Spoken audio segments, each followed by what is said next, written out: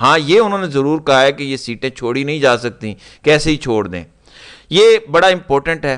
فیصل صدیقی جو وکیل ہیں سنی اتحاد کونسل کی طرف سے، دیکھتے ہیں کہ وہ اپنا کیس کس طرح پلیڈ کرتے ہیں، لیکن یہ ہے امپورٹنٹ کیس جو پاکستان کا مستقبل طے کرے گا، کیونکہ اس کے بعد بہت ساری آئینی ترامیم آنی ہے، تمام ججز کی مدت ملازمت بڑھانی ہے یا ان کی ریٹائرمنٹ کی مدت کو 3 سال بڑھا دینا ہے۔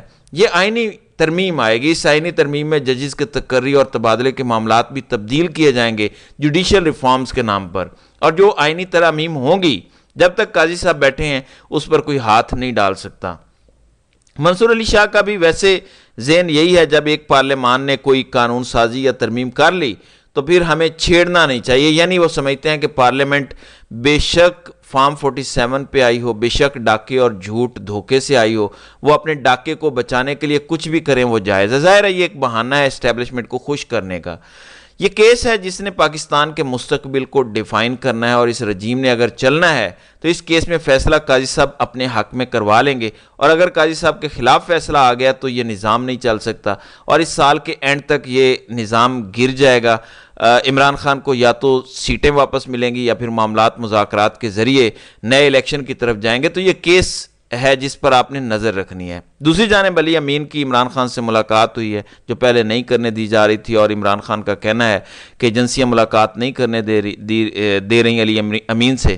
آپ کو یہ اچھی طرح پتہ ہے کہ یہ خبر زبان زد عام ہے کہ علی امین گنڈا پور سے آرمی چیف اور ڈی جی آئی ایس سے نے ملاقات کی ہے اور انہیں پیغام دیا ہے کہ تم صبح چلاؤ اور یہ بڑکے مارنا چھوڑ دو ورنہ یہاں گورنر راج لگا دیں گے۔ پھر اڑتی اڑتی یہ خبر بھی تھی کہ ڈی جی آئی ایس آئی نے علی امین گنڈا پور کو یہ بھی اشارتاً کہا کہ اگر عمران خان چپ کر جائے، 9 مئی کی مذمت کر دے، معافی مانگ لے تو ہم اس کو رہا کر دیں گے گرمیوں میں۔ ظاہر ہے کہ علی امین نے یہ پیغامات آج عمران خان کو پہنچانے ہیں۔ ابھی تک عمران خان کو ان پیغامات کا پتہ نہیں تھا کیونکہ وہ جیل میں ہیں اور باقی کسی کی جرت نہیں ہے ڈیل کی عمران خان کے سامنے بات کرنے کی۔ علی امین پہ کیونکہ عمران خان اعتماد کرتے ہیں اس لیے انہیں وزیر اعلیٰ بنایا ہے، وہ جا کے اب عمران خان کو آرمی چیف اور D G I S I کا پیغام دیں گے مبینہ طور پر۔ آئی ایس آئی کی دھمکی کے بعد اس ٹائم علی امین کو چوز کرنا ہے اپنی وزارت اعلیٰ یا عمران خان کی رہائی کے لیے جدوجہد۔ انہوں نے اگر مارشل لا ٹائپ گورنر راج لگانا ہے تو وہ لگا کے دیکھ لیں، جتنا لوگ تپے بیٹھے ہیں اس ٹائم خیبر پختونخوا سے ہی وہ لاوا اٹھے گا جو ان سب کو پنجاب میں بہا لے جائے گا۔ ان کو اندازہ نہیں ہے لوگ کتنے غصے میں ہیں، کس حد تک لوگوں کو انہوں نے تنگ کیا ہے، تکلیف پہنچائی ہے۔ میں یہی پہ آپ کو سناتا ہوں کہ تحریک انصاف نے جو کر دیا ہے وہ بڑی بڑی جماعتیں کرنے کا خواب دیکھتی ہیں۔ نواز شریف نے آ کے جنگل کے بادشاہ سے کہا کہ ٹھیک ہے آپ کے خلاف تو ہم بات نہیں کرتے، آپ کے ساتھ تو ہمارے معاہدے ہیں، آپ نے مجھے وزیر اعظم نہیں بنایا، پھر بھی آپ کے بارے میں بات نہیں کریں گے، ہمیں باجوہ اور فیض حمید کے خلاف بات کرنے دیں۔ جنگل کے بادشاہ نے کہا کہ سوال ہی پیدا نہیں ہوتا، تم ان پر بات کرو گے تو بات ہم پہ آئے گی۔ تو نواز شریف جو اس وقت حکومت کر رہا ہے، بیٹی وزیر اعلیٰ اور بھائی وزیر اعظم، لیکن اسے اجازت نہیں ہے باجوہ اور فیض حمید کے بارے میں بات کرنے کی۔ وہیں تحریک انصاف کا بیان میں آپ کو پڑھ کے سناتا ہوں۔ لکھتے ہیں کہ مریم نواز کے سابق ترجمان اور گورنر سندھ محمد زبیر کے نجی ٹیلی ویژن کو دیے گئے انٹرویو کا معاملہ۔ پاکستان تحریک انصاف نے بطور آرمی چیف اپنے حلف سے روگردانی کرنے اور عدالتی سزا یافتہ نواز شریف کے ساتھ مل کر منتخب آئینی اور جمہوری حکومت کے خلاف سازشیں کرنے پر قمر جاوید باجوہ کو کٹہرے میں کھڑا کرنے کا مطالبہ کر دیا۔ افواج پاکستان کو براہ راست سیاست میں ملوث کرنے، فوج کی ساکھ اور ملکی سلامتی کو خطرے میں ڈالنے پر جنرل باجوہ کے کورٹ مارشل کا مطالبہ بھی کر دیا۔ جمہوریت اور عوام کی منتخب حکومت کے خلاف سازش میں باجوہ کی معاونت کرنے پر نون لیگ کے سربراہ نواز شریف کو بھی شامل تفتیش کرنے کی ضرورت پر زور۔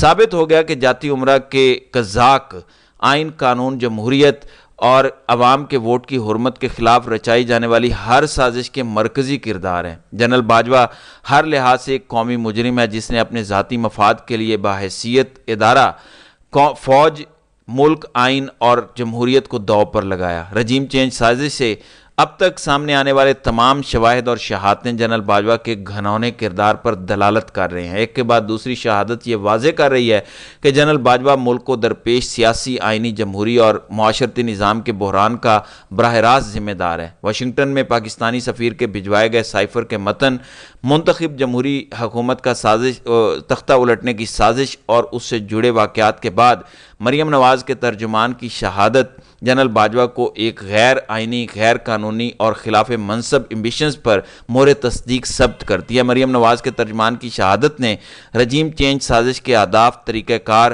اور اس میں ملوث کرداروں کو قوم اور تاریخ کے روبرو برہنہ کر کے کھڑا کر دیا ہے۔ مریم نواز کے ترجمان نے میاں شریف مرحوم کی اولاد کی آئین، قانون، جمہوریت اور عوام سے وابستگی کی حقیقت بھی ایک اور پہلو سے قوم پر اشکار کر دی ہے۔ تبدیلی سرکار کی سازش کا نشانہ بننے والے عوام کے منتخب وزیر اعظم عمران خان سائفر اور رجیم چینج آپریشن کے اعلیٰ سطحی عدالتی تحقیقات کا مطالبہ تسلسل سے دہراتے آئے ہیں۔ جنرل باجوہ اور نواز شریف سمیت رجیم چینج کے تمام مکروہ کرداروں نے ان تحقیقات کی راہ روکنے کے لیے ہر ممکن ریاستی قوت اور وسائل استعمال کیے۔ لازم ہے کہ مشرقی پاکستان کے المناک سقوط کے بعد قوم و ملک کے خلاف ایک سابق آرمی چیف اور عدالتی سزا یافتہ مجرموں کے گھنونے کردار، ان کے حقیقی عزائم اور ملک قوم پر ان کے تباہ کن اثرات کی تمام پہلوؤں سے قابل بھروسہ تحقیقات کی جائیں۔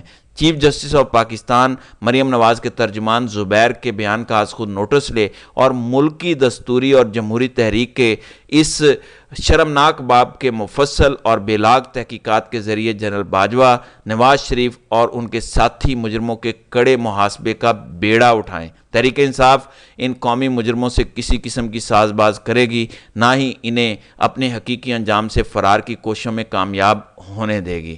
تو یہ بڑا زبردست اور سخت بیان آیا ہے، تو دیکھتے ہیں آگے کیا ہوتا ہے۔ تو ناظرین کرام، آپ کی اس ویڈیو کے حوالے سے کیا رائے ہے؟ آپ اپنی رائے کا اظہار کامنٹ سیکشن میں ضرور کیجیے گا۔